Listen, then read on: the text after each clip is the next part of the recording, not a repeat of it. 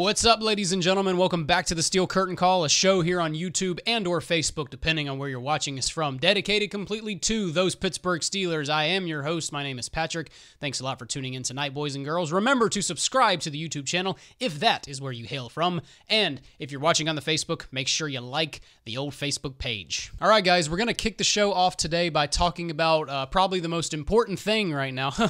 It's just kind of been a storm here over the last 48 hours, especially with the Pittsburgh Steelers. We're kind of at the forefront of all the controversy right now. But amid all the controversy, the most important thing is Ryan Shazier and his health. And we want to talk about his status and where he's at right now. As you guys know, on Monday Night Football in the first quarter, Ryan Shazier went down with a spinal cord contusion. Some people were calling it a spinal cord concussion. I guess the two are the same thing. But he goes down, he immediately grabs his spinal cord, and guys, I'm not being dramatic. I thought we had just witnessed a guy get paralyzed on national TV. I mean, to see a guy grab his spinal cord, which is one of the most fragile parts of the human body, one of the most important parts of the human body, to see him grab that and then to see him lay there motionless, not moving, and then have to be carted off the field, I was terrified. I forgot we were watching a football game at that moment. I thought we had just witnessed a guy who has a fiance and children get paralyzed on national TV. I was horrified. He was immediately rushed to the University of Cincinnati Hospital, but as the days went on and as all the reports came out, the prognosis continued to get better. The first bit of info that came out that was very exciting was that he would not need any surgery of any kind. So that was very, very encouraging. That was a blessing to hear. And then later on, what I heard that really calmed me down was that he did begin to feel some feeling in his lower extremities, and he could move a little bit as well. So hearing that, we knew he was not paralyzed. Now, originally, it was expected that he was going to possibly go ahead and fly home to Pittsburgh on Tuesday, which was yesterday. However, the University of Cincinnati doctors did not want to let him go for about 24 to 48 hours.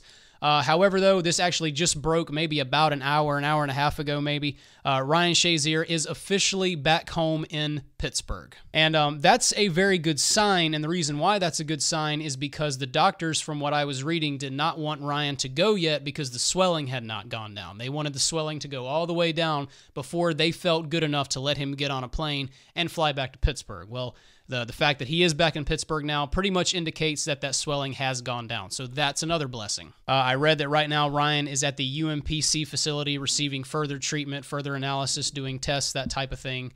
But the big thing is that he's back home in Pittsburgh with his family. He's back at home, and that's a great thing. So how long is Ryan going to be out for? I don't know. There's really no way to know at this point, and frankly, guys, I don't think that that's the conversation we need to have. I don't know if that's an appropriate conversation to have right now. The thing is Ryan Shazier is home in Pittsburgh now, and now is the time to begin the recovery process, to be with his family. That's what's important right now, not when is he going to be back on the field. Now, here's the thing you have to remember, guys. Ryan Shazier's backup, Tyler Matakevich, went down on Monday Night Football as well. He exited the game with a shoulder injury, and Mike Tomlin said it on his Tuesday press conference. He said that he really didn't have an update. He didn't know where Tyler Matakevich was on his injury. I'm not a doctor, so please don't bank on anything that I say, but in my opinion, it didn't look too good. He's grabbing his shoulder, he's grimacing, and then he goes to the locker room and he never returns. So was it an AC joint sprain? Did he dislocate it? Was it something else? I don't know. We really haven't heard anything, but I can tell you this, it did not look good. So you are potentially looking at Ryan Shazier being out for however long he's going to be out, and you're also potentially looking at Tyler Matakevich being out for quite some time. So in the meantime, the Steelers will have to look to LJ Fort, a guy who I personally am a very big fan of. Now, I'm not going to oversell LJ Fort. He is nowhere near on the level of Ryan Shazier, and quite frankly, I don't know if anybody in this league is. But LJ Fort has at times in his career in Pittsburgh displayed some very Ryan Shazier-esque qualities. He kind of plays with that hyper-intensive, very reactive play style that Shazier does. He's proved to be a very, very good hard-hitting tackler. He's proved to be very capable of getting after the quarterback and creating pressure. He's been very effective against the run.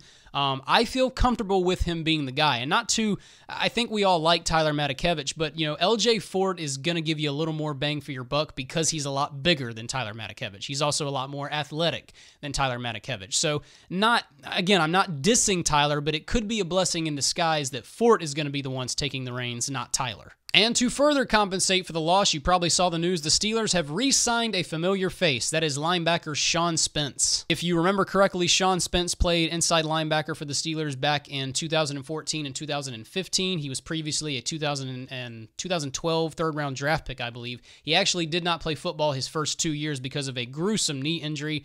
After 2 years of treatment, 2 years of rehab, he finally worked his way back to get on the field. And I think this was a really good sign for the Steelers. Now, the good thing about it is they did not have to release anybody because Juju Smith-Schuster obviously is suspended right now. So he just kind of takes that roster place. So you didn't have to release anybody off the roster, so that was kind of a good thing. And it's also a good signing because this guy has played for the Steelers before, pretty recently actually. He knows the system well. He knows the coaching staff well. It's not going to take him long to get acclimated with the locker room and the defensive system. So this was a very, very, very solid signing by the Steelers. But outside of Vince Williams right now, guys, we are vulnerable. And the Steelers' depth is going to be greatly tested here over the next couple of weeks. You know, depending on how long Shazier and how long Tyler Matakevich are going to be out, you know, the depth is really going to have to prove themselves, and they're really going to have to step up. You hear Mike Tomlin say it all the time, next man up.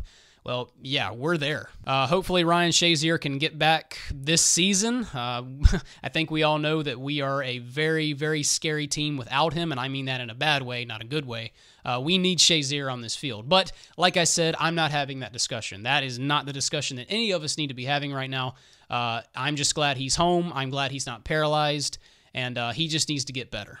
But anyway, that is the current status of Ryan Shazier. On our episode tomorrow night when we preview the Baltimore Ravens, we'll give you another update if we have one. Each show we do until we know something concrete, we'll keep giving you these little updates. But keep those prayers up for him. Topic number 2 on tonight's show. Ladies and gentlemen of the jury, did you know that George Iloka is a free man? That's right, guys. The NFL heard his appeal this morning. They immediately got back to him, and they have decided that his suspension is going to be overturned. He's going to walk free, not going to miss a single game at all. He'll have to pay a little bit of a fine, but he is a free man. And keep in mind that Juju Smith-Schuster's appeal was heard and almost rejected immediately after he submitted it. Now, it's the easiest thing in the world for me to sit here on the show and give you my opinion. I mean, after all, that's what I do on this show. I just give you guys my opinions, my analysis. But I tell you what I'm going to do tonight. I'm going to remove myself as a critic. I'm going to remove myself completely from the situation, because what we are going to do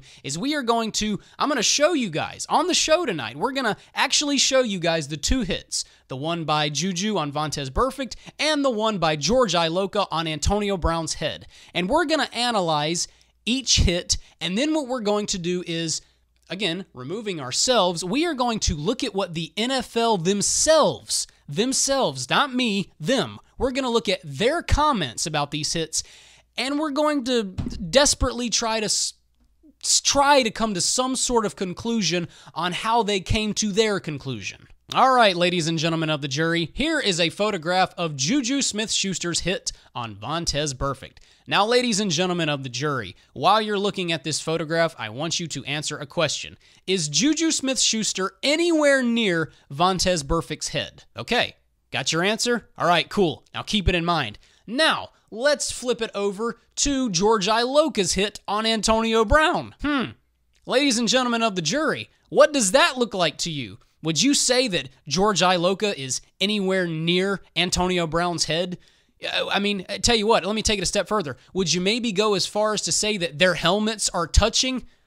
Got your answer? Okay, keep that in the back of your head. All right, ladies and gentlemen, now I just showed you guys the 2 photographs of the hits. Like I said, I'm still removing myself. I haven't jumped in yet.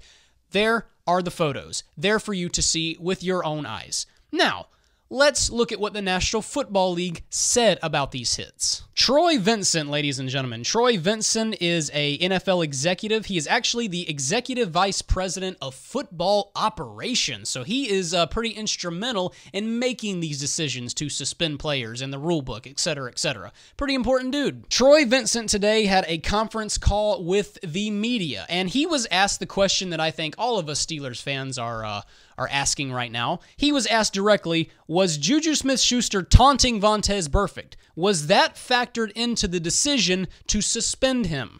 Okay? This is what Troy Vincent says, and I quote, get ready, taunting was never considered, at least from our office. It was the act of hitting Vontaze Burfict in the head area. He goes on, "We've been very consistent and fair." Ladies and gentlemen of the jury, Mr. Vincent just said that the suspension was due to him hitting him in the head area. Now, what I'm going to do a second time is show you the photograph of George Iloka hitting Antonio Brown, and I will let you come to the conclusion on whether or not it was near the head area. There it is. You see it? Okay, cool. Does that not look like the head area? That kind of looks like the head area to me. In fact, why don't we just stop dancing around it? George Iloka lowered his head and dove into Antonio Brown's head. The hit was purely intentional. And by the way, I'm just going to go ahead and let you guys know right now, do not comment on my video because I will not respond to you. I won't delete the comment. I'm not going to be that guy, but I'm not going to respond to you.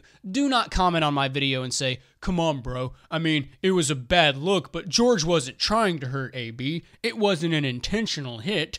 And AB also lowered his head. He braced for impact." If you honestly think that Antonio Brown lowered his head and braced for impact, you did not watch the football game. At no point during the course of that play did Antonio Brown ever lower his head and brace for impact. So how in the world do we justify this? Keep in mind, I just showed you the photos, I just showed you the two hits, and the NFL says that, well, we had to factor in Juju hitting him close to the head. And you can clearly see that George Iloka hits Antonio Brown right in the head, and he does it intentionally. So how in the world do we come to any sort of conclusion? Conclusion number one is this. The NFL does not care about player safety. Oh, they love to talk about player safety. They love to talk about CTE, and they love to talk about all of these wonderful rules that they've implemented to make the game safer. They love to talk about how the game is safer than ever, and it's all because of the rules that they have implemented. NFL, put your money where your mouth is. You just had a safety dive into another player's head, and he does not get any kind of suspension. Oh, but you care about player safety. Ladies and gentlemen, the NFL does not care about player safety. They could care less about player safety. They don't care that players later on in their life get CTE and they get depression, and in some cases, like Junior Seau, kill themselves because of it. They could care less about these issues. The NFL is driven by media response and public reaction. That is what determines their decisions. There is no consistency in their decision making. It is, wonder how I'm feeling today. And what's the media saying? What's the public saying? Guys, let me ask you a very honest question. If Antonio Brown had laid there on the ground for, let's say, 5 minutes and not gotten up after George Iloka nailed him, which, by the way, I'm surprised he didn't, do you think that Iloka would have gotten the suspension? Let me answer the question for you. The answer would have been yes, he would have been suspended. And let me ask another question. If Vontaze Burfict popped right up immediately after Juju hit him and started pushing and shoving and maybe punching him, do you think that Juju maybe would have gotten suspended? The answer is probably not. He probably wouldn't have got suspended. And you know, I know you guys with this next point are going to say, Patrick, come on, dude, you're out of your mind. You've lost it. You need to stop. Hey, drop it in the comments. I'm okay to talk about it, but I am going to be this guy just for a second. And I've made it known here on the show plenty of times that I'm not really the conspiracy theory, harebrained scenario type of cat. I'm really not, but I'm going to be that guy for just a second. I want to shout out Mike Florio of Pro Football Talk. If you're a big football fan, you read a lot of sports journalism like I do, you know exactly who Mike Florio is and his outfit Pro Football Talk. He wrote a great article today, and he pointed something out. Like I said, not trying to be tinfoil hat man, but I'm going to be the guy just for a second. He wrote an article today pointing out that 10,000 tickets were not sold at this past Bengals and Steelers game. One of the biggest rivalries in pro football, one of the most violent rivalries in pro football on primetime television did not sell 10,000 tickets. Yes, I am about to go there. Folks, how in the world do we make sense of this? I'm not trying to be the crazy dude, but how do we make sense of this? Please tell me how. Juju Smith-Schuster does not come close to Burfict's head, and Iloka clearly hits Antonio Brown in the head, but Iloka goes free and Juju does not. And now in the coming days, you have seen the NFL further throw gasoline on this fire. Oh yes, am I trying to say that the NFL is doing this on purpose maybe because it's a money thing? I'm not saying, I'm just saying. I mean, honestly, somebody please comment on the video and tell me how these two decisions make sense. Somebody give me a logical explanation. I guarantee you can't do it because there almost is no logical explanation. Guys, you want to know the thing about this? Like this, The NFL's ruling on this whole situation has been comical. I mean, if it weren't so maddening, it would be funny, like really funny. Like if right now I was to write a Saturday Night Live skit where I roasted the National Football League for their words on player safety versus their actions, I was going to openly mock them.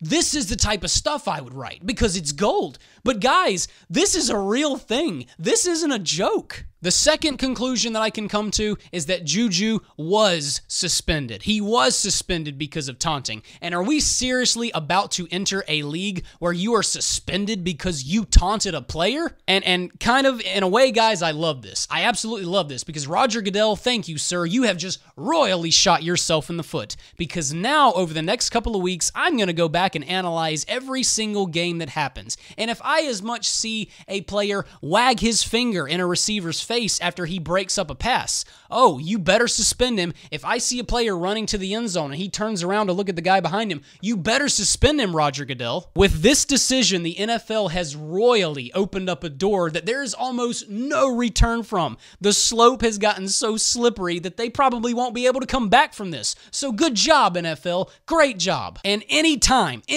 I see any kind of peel block, you better suspend them too. NFL, you have just opened up the worst door. Congratulations. Life is about to become hell for you guys. And Mike Mitchell today had just a 10 out of 10 interview where he talked about this is a contact sport. We can't play contact sports anymore. We should play flag football if this is the way it's going to be. It was a wonderful interview. I actually might find the link and put it in the description of the video. But my favorite part of the video is what he said at the end. He said, things aren't going to change until we get a new commissioner. And he openly criticized Roger Goodell. He openly called him out. And you know what? He's right. And guess what, ladies and gentlemen of the jury? Roger Goodell signed a contract extension today. Yep. To reiterate what I said earlier, the NFL does not in any way, shape, or form care about player safety. It's how they feel at the moment. It's media response. It's the public's reaction. It's inconsistent, and it's a mess. And it's really not going to get better anytime soon. Anyway, guys, I just kind of wanted to further address the situation. I know we kind of talked about the Juju thing last night, but I wanted to further talk about it, especially after George Iloka got, off today, and he's a free man. I felt like I should come on here and make a reaction video to it. But this is all I'm going to say about it. It is what it is at this point. We can keep crying, but Roger Goodell is King Joffrey, and he's on the Iron Throne right now, and really there's nothing we can do about it until he's gone. So anyway, I'm stressed out. I want to go shoot some aliens now. I got the new Destiny 2 DLC, and I really want to go play that. I'm really excited to play it. I think it'll help calm me down a little bit. Remember, guys, subscribe to our YouTube channel. Remember to follow us on Twitter. We are at SCurtainCall33. Remember to like the Facebook page, facebook.com/TheSteelCurtainCall, and make sure you keep it locked here to the Steel Curtain Call YouTube channel because tomorrow night you are going to get the Ravens and Steelers preview show. But until then, ladies and gentlemen, here we go, Steelers, and have a great night.